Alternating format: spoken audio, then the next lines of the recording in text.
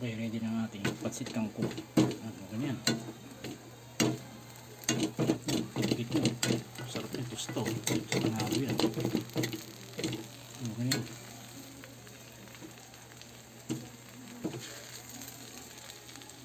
Okay, bisa na steam yan. Okay yan. Patayin ako anumang games natin dyan siguro.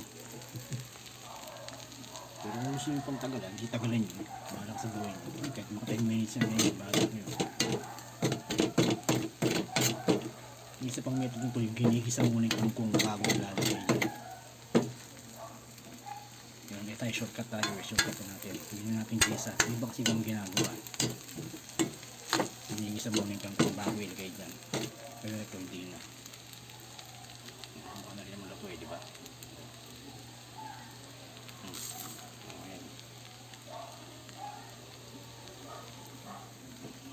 Ayan. Ito na ang ating pansit kangkong. Kangkong na may kangkong.